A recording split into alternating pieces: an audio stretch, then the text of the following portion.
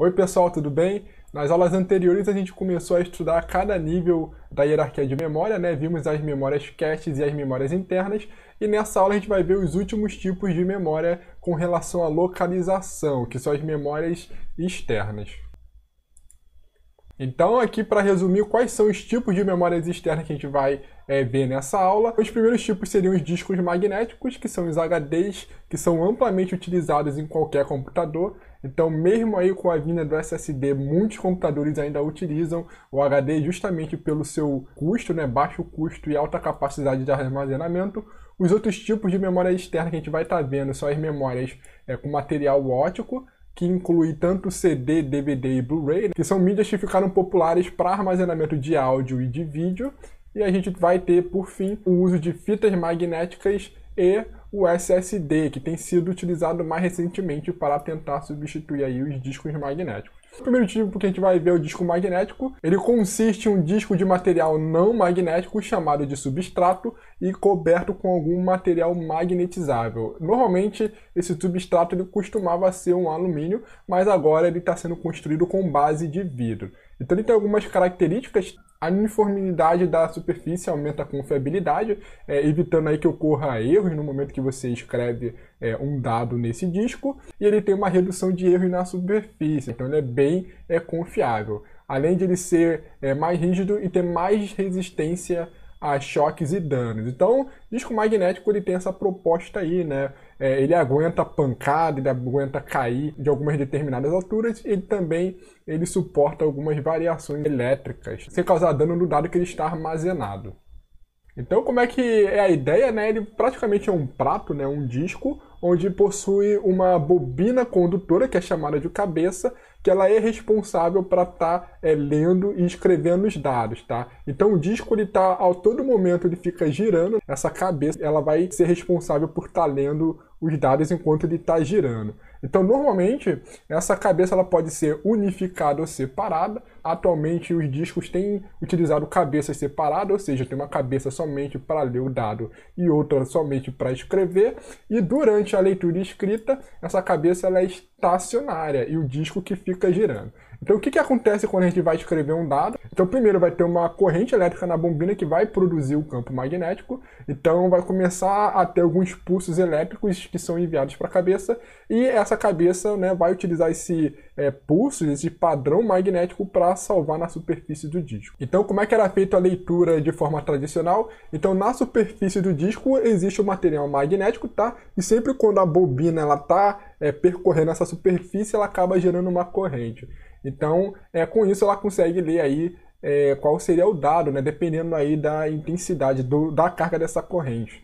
Bom, então a bobina é a mesma para leitura e escrita. E agora, da forma mais atual, né, a gente tem então duas cabeças, uma cabeça somente para leitura e outra para escrita separada. E também tem alguns sensores magnetorresistivos que bloqueiam ou permitem a passagem de corrente dependendo da direção do campo magnético. Então essa forma de leitura atual, utilizando cabeça separada, ela é mais rápida. Então aqui a gente tem um exemplo de como seria mais ou menos a largura, né, da cabeça, né, dessa bobina que lê ou escreve o dado. Então esse exemplo aqui, pessoal, ele corresponde a uma trilha, tá? Então uma trilha ele tem a espessura da cabeça e essa imagem aqui, então, seria uma das cabeças, tá bom? Então aqui a gente tem, por exemplo, conectado a corrente de escrita, tá? Então essa aqui seria a cabeça de escrita e aqui a gente tem conectado a cabeça de leitura. A gente pode ver, né, que essa seria a largura de trilha e essa aqui seria a faixa, né, que a cabeça ficaria lendo, né? E isso aqui corresponde a um trecho do disco que fica sempre girando. A gente pode ver que cada trecho deles são formados por materiais magnéticos, tá? A gente vê aqui a representação, né? O norte-sul, aí é conectado com o sul-norte e assim por diante. Só para dar uma ideia de como é essa bobina que lê e escreve o dado no disco magnético. Então os discos eles possuem diversas formas de organização e formatação de dados, tá? Então normalmente ele é formado por anéis ou trilhas concêntricas, que são faixas que são da espessura da cabeça. Então, sempre quando um dado ele é armazenado por trilhas, tá? E pedaços dessa trilha são chamados de setores. Existe uma lacuna entre as trilhas, reduzir as lacunas aumenta a capacidade que o disco suporta. Então cada trilha possui o mesmo número de bits por trilha, então significa que a densidade dela é variável. Então significa, né, que as trilhas mais perto do centro do disco, ela possui uma densidade maior de bits, e aquelas trilhas que são mais perto da borda externa do disco, ela tem uma densidade melhor de bits. A gente tem então uma velocidade angular constante, né, porque ele fica girando a uma velocidade constante. Ele também pode ser dividido em zonas de mesma densidade, permitindo um melhor aproveitamento do espaço. Tá? Então ele tem várias formas de estar organizando os dados. As trilhas, como eu tinha mencionado, elas são divididas em setores e é necessário informação de controle para encontrar os começos das trilhas e dos setores. Normalmente os dados eles são guardados em setores contíguos, que ficam na mesma trilha. Quando você armazena dados em todos os setores de uma trilha, você aí move o dado para a trilha seguinte. Então, o setor, no caso, ele vai ser então o menor tamanho de um bloco que você armazena no disco. Então, o bloco ele pode ocupar um ou mais setores.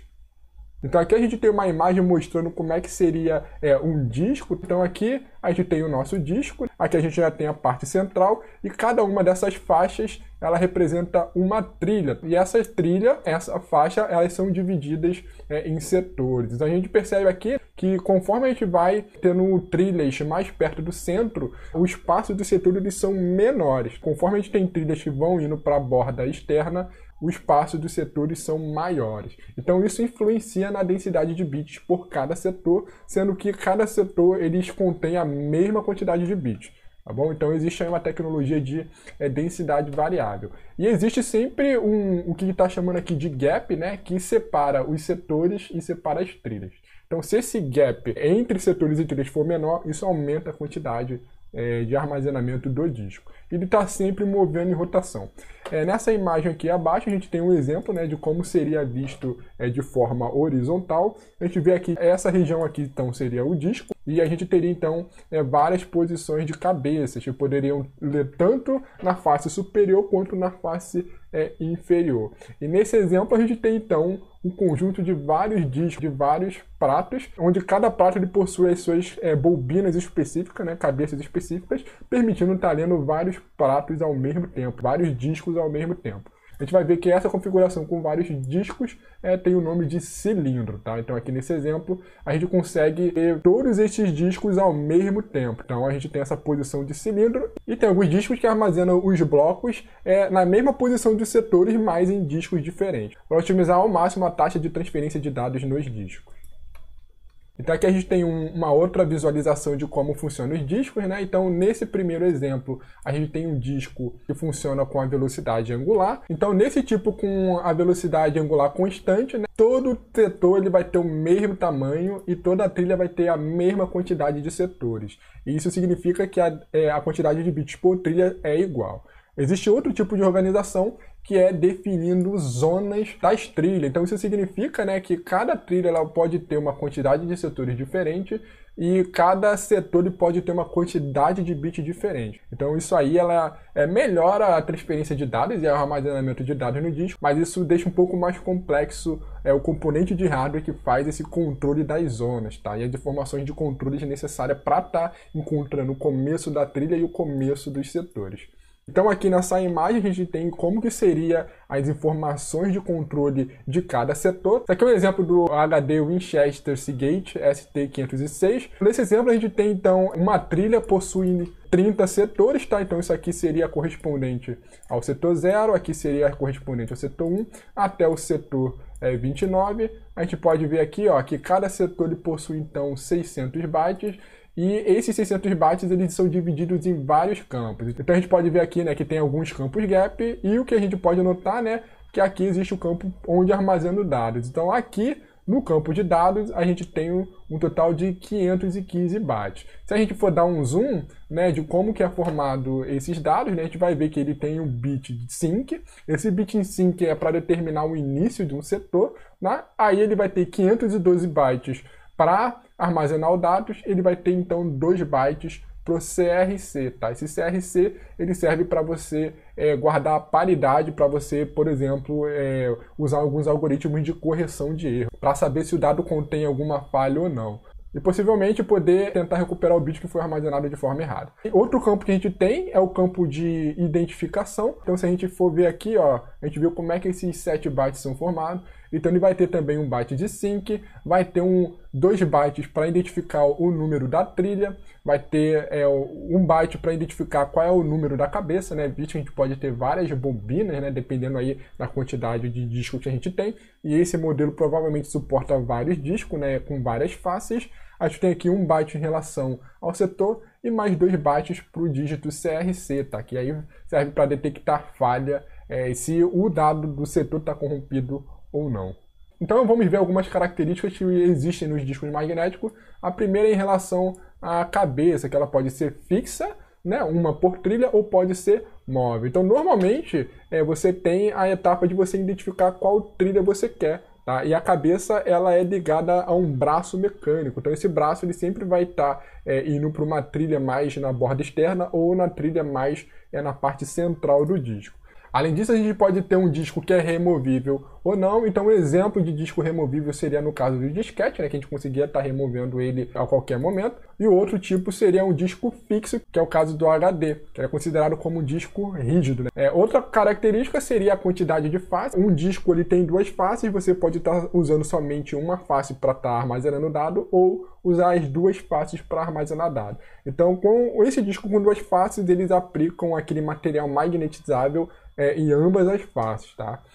Outra característica é você possuir vários discos ou não, então você consegue montar uma prateleira de disco, né, formando aí um cilindro, e cada tipo de disco ele possui as suas respectivas cabeças, né, a cabeça de leitura e de escrita, podendo fazer então acessos simultâneos para todos os discos, tá? Então isso aí melhora aí a taxa de transferência do disco, também melhora aí a quantidade de armazenamento, a capacidade de armazenamento deles. E outro tipo de característica em relação à cabeça que a gente consegue estar definindo os discos. Então, o disco magnético ele está a todo momento girando e existe uma camada de ar entre o disco e a cabeça. Então, esse tipo de cabeça de contato significa que no momento que não está sendo feito nenhum acesso, né, existe uma camada de ar entre o disco que está rodando entre a cabeça e no momento que é feita uma operação de escrita ou leitura, essa cabeça ela fixa no disco. Então, essa forma é dito cabeça de contato, que é utilizado aí os disquetes. Então ela torna a leitura e a escrita um pouco mais lenta. Outro tipo de cabeça é que você tem um espaçamento fixo do disco. Isso significa, né, que o disco está girando com um certo espaço, só que no momento da leitura e da escrita você não tem esse contato no disco. Você tem ali uma determinada distância que permite estar escrevendo ou lendo dado. E o outro tipo de cabeça é esse flying, né, que é utilizado nos discos de Winchester, que você tem então uma pequena distância mesmo de contato com o disco para fazer a leitura e a escrita, tornando ele muito mais confiável e rápido também. Então aqui a gente tem uma imagem mostrando como é que é a organização de vários discos, né, formando as prateleiras. A gente vê então aqui, ó, que tanto a superfície superior e inferior podem ser utilizadas, tá? Então com isso a gente tem esse esquema aqui de cabeças organizadas dessa forma. Então, a gente tem também a direção do movimento do braço. O braço ele sempre move a cabeça, né, para estar acessando uma trilha mais ao centro do disco ou na borda externa, tá? E normalmente esses braços eles movem todas as cabeças ao mesmo tempo, tá? Então no momento que é feito o movimento de uma cabeça, todas essas cabeças movem junto. Então existe alguma estratégia para armazenar dados no disco, onde você sempre guarda blocos consecutivos em diferentes discos dessa forma, para aproveitar esse esquema da movimentação dos braços e da rotação de todos esses discos. Então a gente vê que essas trilhas destacadas de todos esses discos eles são acessados ao mesmo tempo, formando aí o que a gente chama de cilindros. E com isso a gente pode armazenar dados consecutivos nessas trilhas ao mesmo tempo, aí, ganhando uma maior taxa de desempenho dos discos. Então a gente viu que existe um tipo de disco chamado de Winchester, né, disco rígido Winchester. Ele foi produzido pela IBM e ele possui uma unidade selada que ele evita você tendo impurezas, né, tendo poeira no disco. Ele possui um ou mais discos e a cabeça ela sobrevoa o disco bem próximo, com o deslocamento de ar da rotação. Então isso aí significa que no momento da escrita ou leitura, né, ele fica ali numa distância bem curta, permitindo a ele conseguir altas taxas de leitura e escrita. E também, por causa da quantidade de disco e dessa tecnologia, de evitar impurezas, ele permite maior densidade de bits e também ele é bem mais barato e rápido. Então, em questão do desempenho dos discos, né, da velocidade, a gente consegue estar definindo alguns parâmetros. Então, a gente primeiro tem o tempo de busca, que seria o tempo para mover a cabeça para a trilha correta, tá? Onde vai estar armazenado o dado. Depois que a gente acerta a cabeça para a trilha correta, a gente vai ter essa latência rotacional, que é chegar no setor certo dessa trilha onde está sendo armazenado o primeiro bloco do dado. Então a gente diz que esses dois tempos eles formam o tempo de acesso. Então o tempo de acesso ele é igual ao tempo de busca, né, que é para encontrar a trilha, mais o tempo de latência até encontrar o primeiro setor do bloco que está querendo ser acessado.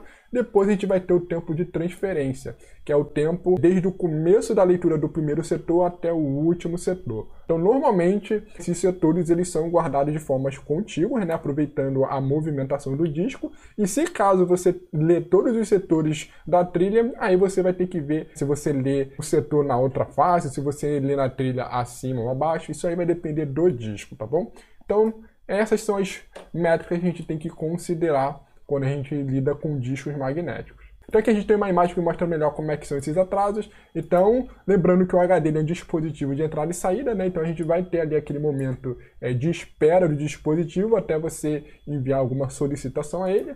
Desse momento, quando você consegue acessar o dispositivo, ele fica ocupado.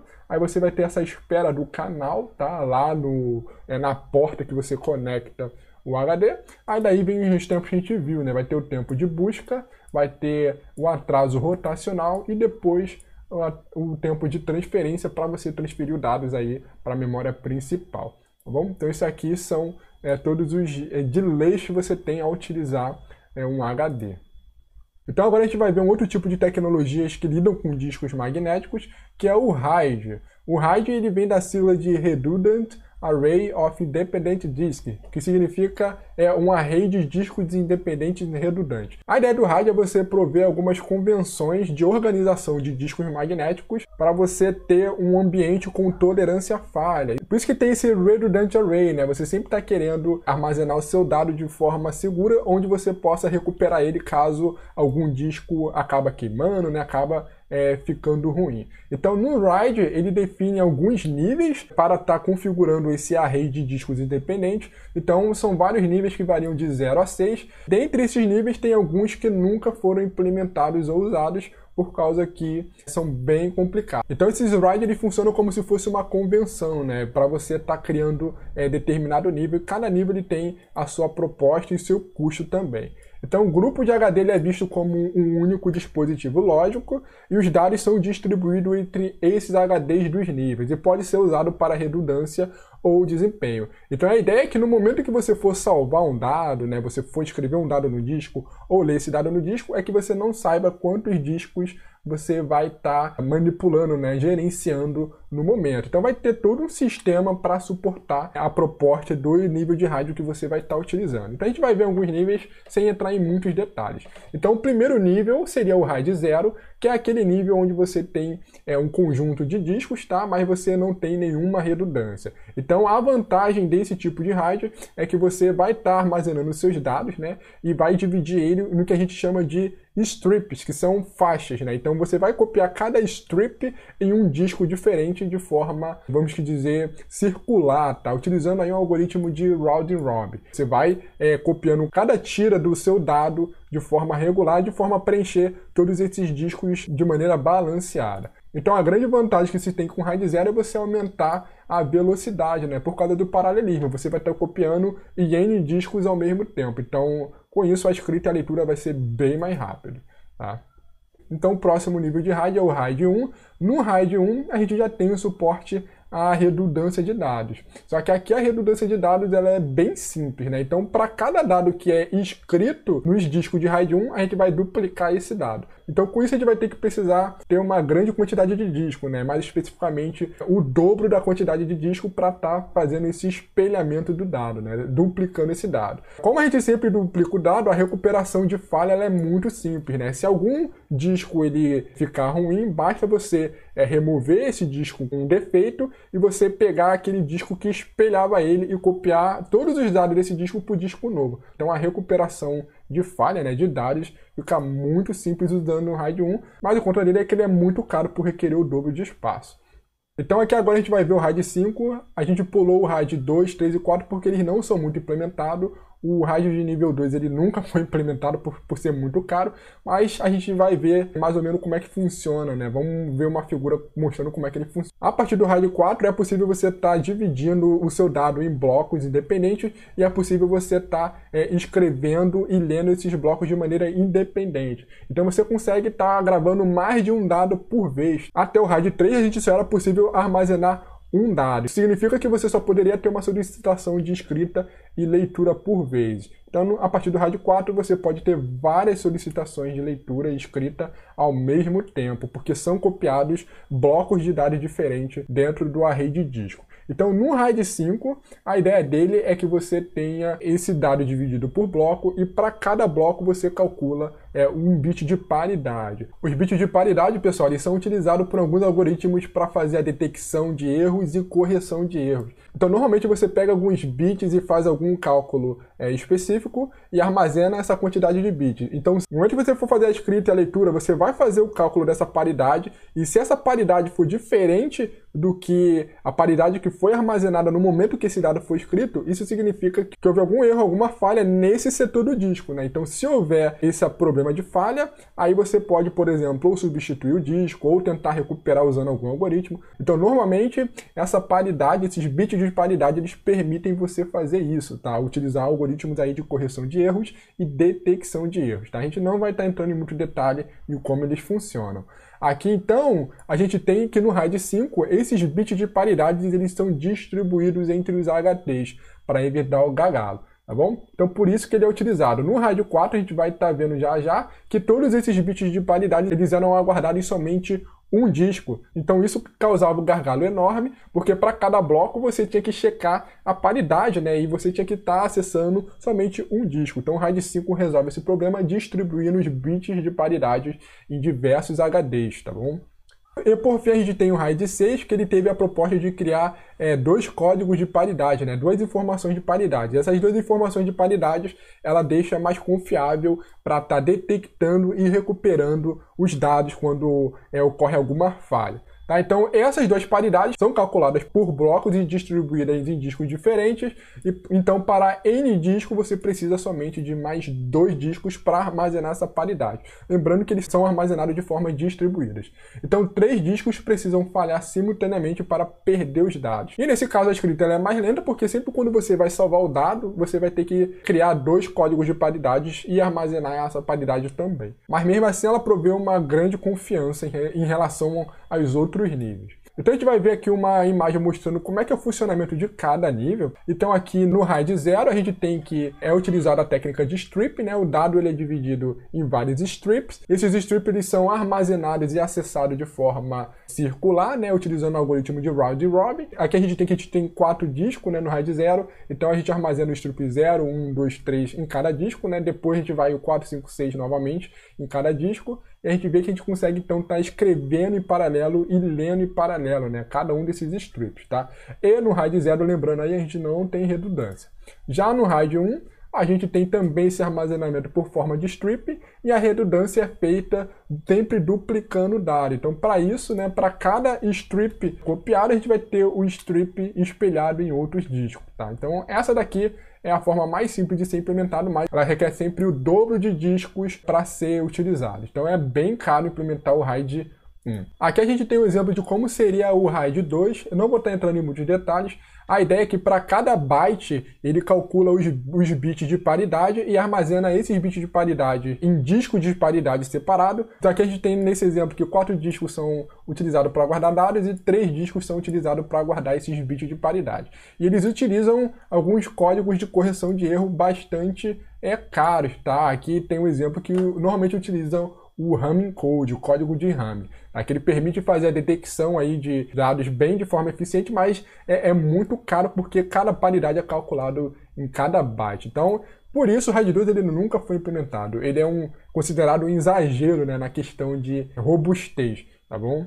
Aí aqui a gente tem o exemplo dos demais níveis. O RAID 3, ele reduz isso, ao invés de utilizar, no nosso exemplo aí, mais de um disco, ele somente utiliza um disco para paridade. Então, no RAID 2 e no RAID 3, os dados eles são gravados por byte. Então, a partir do RAID 4, a gente tem que os dados eles são gravados por blocos e você pode estar espalhando esses blocos de forma balanceada nos discos que você tem. Então, no RAID 4, né, é calculado também os bits de paridade, e esses bits de paridade são calculados por blocos e são armazenados em um disco de paridade.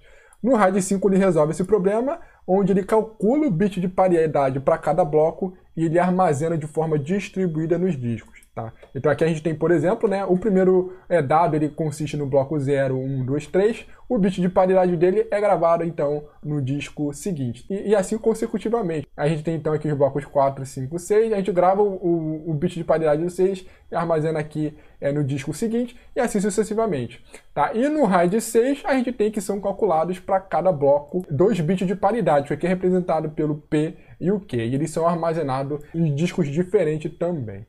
Além disso, a gente consegue fazer combinações hierárquicas desses níveis de RAIDs. Então a gente pode ter, por exemplo, o RAID 1.0, onde nesse nosso exemplo, né, considerando que a gente tem 4 HDs, a gente pode considerar que um par desses HDs ele vai estar em RAID 0 com outro par. Isso significa que sempre quando for copiado o bloco, ele vai ser copiado, vamos dizer, em 2 discos, e em cada par a gente vai ter então eles organizados no RAID 1. Então significa que para cada par, sempre que um dado for escrito, ele vai ser copiado para o outro disco.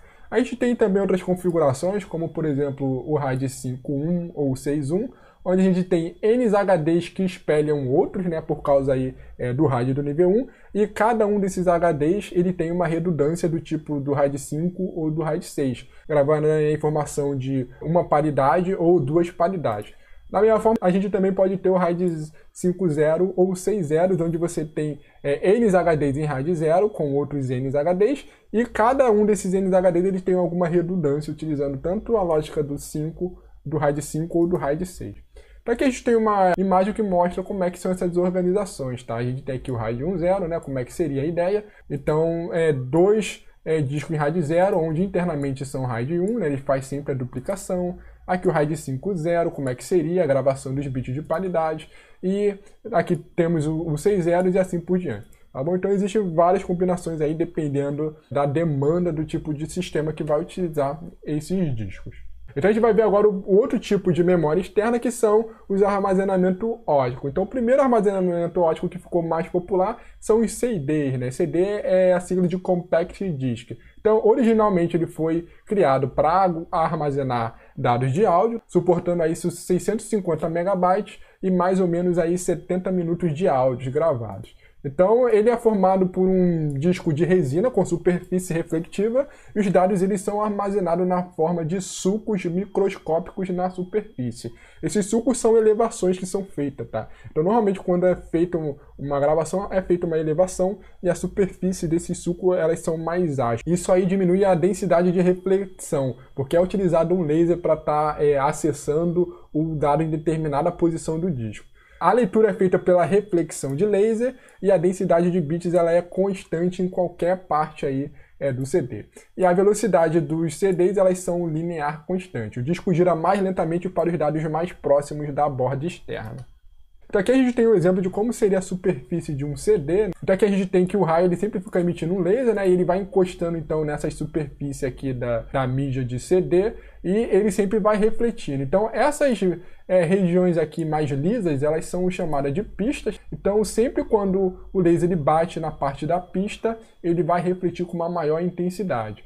E aqui a gente tem essas elevações que são chamadas de sulcos, e elas têm a superfície mais áspera. Então sempre quando o laser bate em um sulco, né, ele vai ter uma reflexão menor. Então para a leitura existem alguns sensores, tá, né, que detectam o que é refletido e sempre em determinados intervalos é comparado à intensidade da reflexão. Então se é detectado que a reflexão do laser no intervalo anterior é igual no intervalo atual, então significa que ele leu uma superfície lisa e com isso ele vai entender que o valor armazenado é 0. Então aqui a gente pode ver que sempre quando chega no sulco ele tem uma elevação que ela demora, né, até chegar ali na elevação do sulco. Então se o laser ele bate nessa elevação, né, ele detecta que houve um intervalo aqui de intensidade dessa elevação, então ele vai detectar que o valor armazenado é 1. Então a gente sempre tem que, no início de um sulco, né, na subida do sulco e na descida para uma pista, a gente sempre vai estar, então, lendo o valor 1. Tá? Então isso aqui é, de forma geral, de como é o funcionamento de um CD. Então existe outros tipos de CD, né? Originalmente o CD ele só permitia fazer a leitura de dados nele, né? No momento que a gente escrevia um dado nele, a gente não conseguia mais reescrever, tá? Somente ler ele. A gente tem algumas variações, como por exemplo o CD-RW, que ele é regravável, ele permite fazer uma quantidade limitada de escritas. O material ele vem com duas refletividades diferentes que podem ser alteradas por feixe de luz de laser.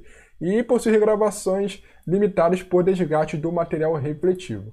Outras variações que a gente tem atualmente são os DVDs, né, que foram bem populares, que é onde ele possui uma maior densidade por bit, por causa do feixe de luz dele ser mais fino, podendo ter aí a quantidade de armazenamento de 4,7 GB por camada. Além disso, você pode estar usando as duas faces das mídias óticas para estar armazenando dados. Então, cada uma dessas faces teria, então, 4,7 GB no caso dos DVDs. E ele permitiria também aí armazenar vídeo e áudio aí por mais algumas horas, permitindo aí você estar gravando filmes inteiros aí que são lançados em cinemas, por exemplo. O tipo de mídia óptica mais atual seria os Blu-rays, onde ele possui uma maior densidade de bits ainda, por causa que o seu fecho ele é ainda menor que dos DVD. Então, nos Blu-rays ele permite você estar armazenando 25 GB por camada. Tá? Então, ele possui duas faces e tem também dois focos, podendo aí ter 4 camadas e armazenar aí no total, então, 100 GB. Então, é muita coisa. Aqui a gente tem um exemplo de como seriam as características das memórias ópticas. Então isso aqui central seria o comprimento da faixa de laser. No caso do CD eles tinham aí 2,1 micrômetros. Já no DVD isso já é reduzido para 1,32 micrômetros. E no Blu-ray diminui mais ainda, que chega aí a 0,58 micrômetros. A gente vê que quanto menor é essa feixe de laser, né, maior é a densidade no disco, mais dados você consegue armazenar. E por isso, né, por um mesmo tamanho do disco, o Blu-ray consegue armazenar uma quantidade de dados maior ainda.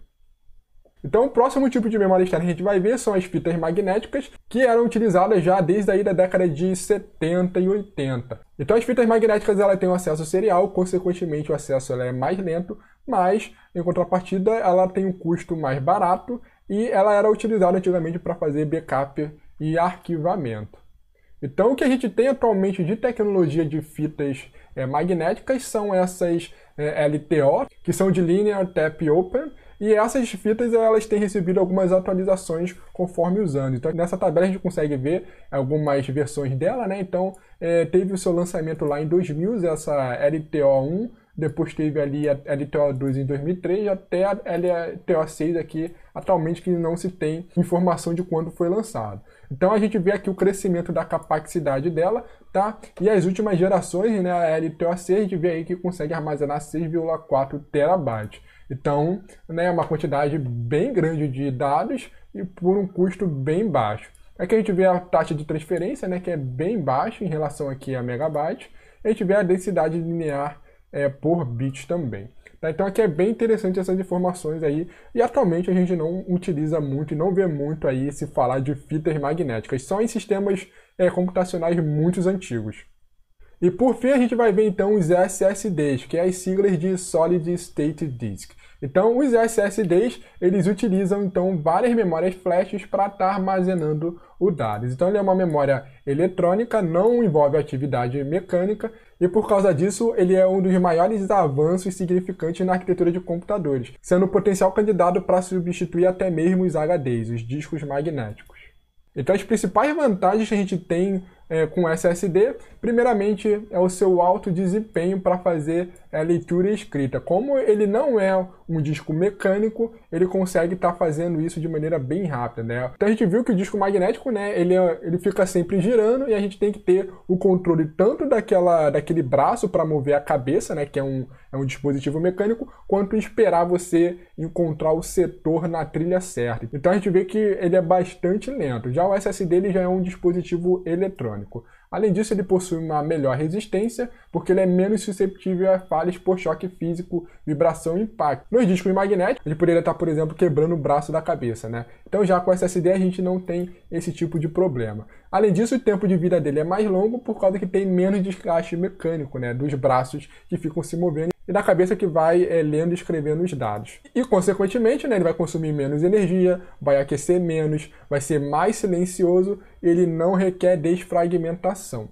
Então, essas são as vantagens do SSD.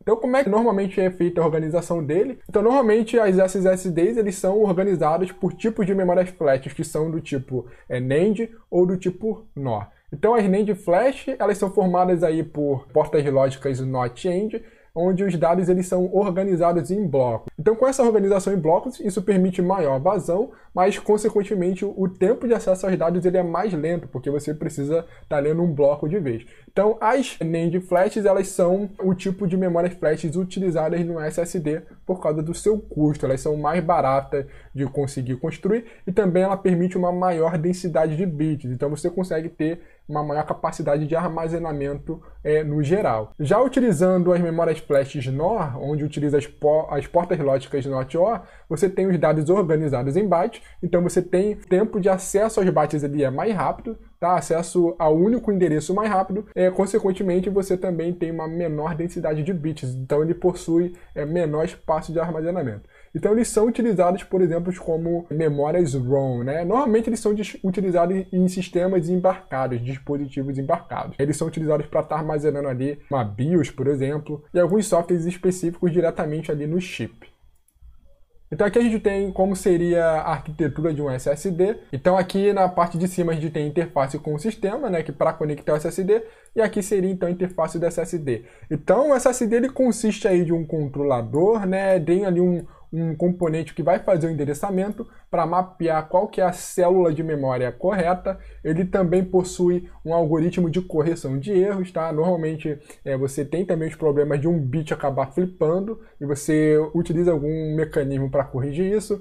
Você tem também normalmente um buffer de dado para você facilitar. A gente viu que os SSD, por ser no NAND flash, eles sempre acessam blocos de dados por vez. Então esse buffer de dados funciona como uma cache. Então os dados mais acessados eles vão ficar nessa cache. Isso facilita o acesso, né, a leitura desses dados e a escrita desses dados também. Tá? Então aqui a gente tem vários componentes de memórias flash, tá? Que eles podem ser organizados como se fosse uma matriz circular. Então sempre a gente vai acessando os blocos de cada um desses chips de memória flash para estar lendo de vez. E sempre quando a gente acessa esses blocos, a gente armazena ele na memória cache. Então isso aqui seria uma visão geral de como seria por dentro de um SSD.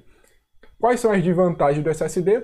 Primeiro, para alterar uma parte do bloco, todo o bloco deve ser apagado e reescrito. Então isso significa, né, que sempre quando a gente vai fazer uma escrita, a gente vai ter que apagar um dado para escrever ele novamente. Então isso acaba aí deixando mais lento a operação de escrita. A operação de leitura, ela consegue ser mais rápida, né, utilizando aquela cache interna, mas a escrita é mais lenta. E sempre quando a gente vai fazendo escritas, né, as células elas sofrem uma degradação após muitas escritas, ficando mais lentas e eventualmente parando de funcionar. Por ser meios eletrônicos, né, você sempre tem uma variação de voltagem dentro da célula de bit. Isso vai se desgastando conforme você vai tendo mais escritas.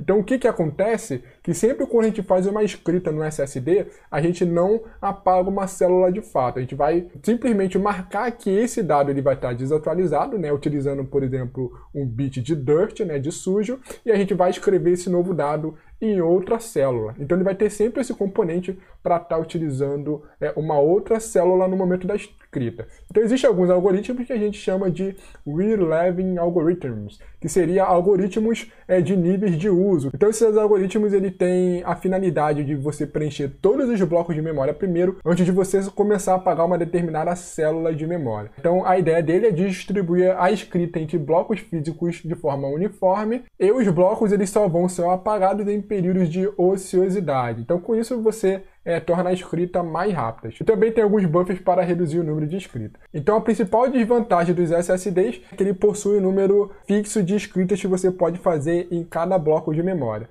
Então, com isso, né, isso acaba aumentando a taxa de erros e você precisa estar usando aí alguns algoritmos de correção de erros sempre para estar atualizando os dados nos blocos de memória.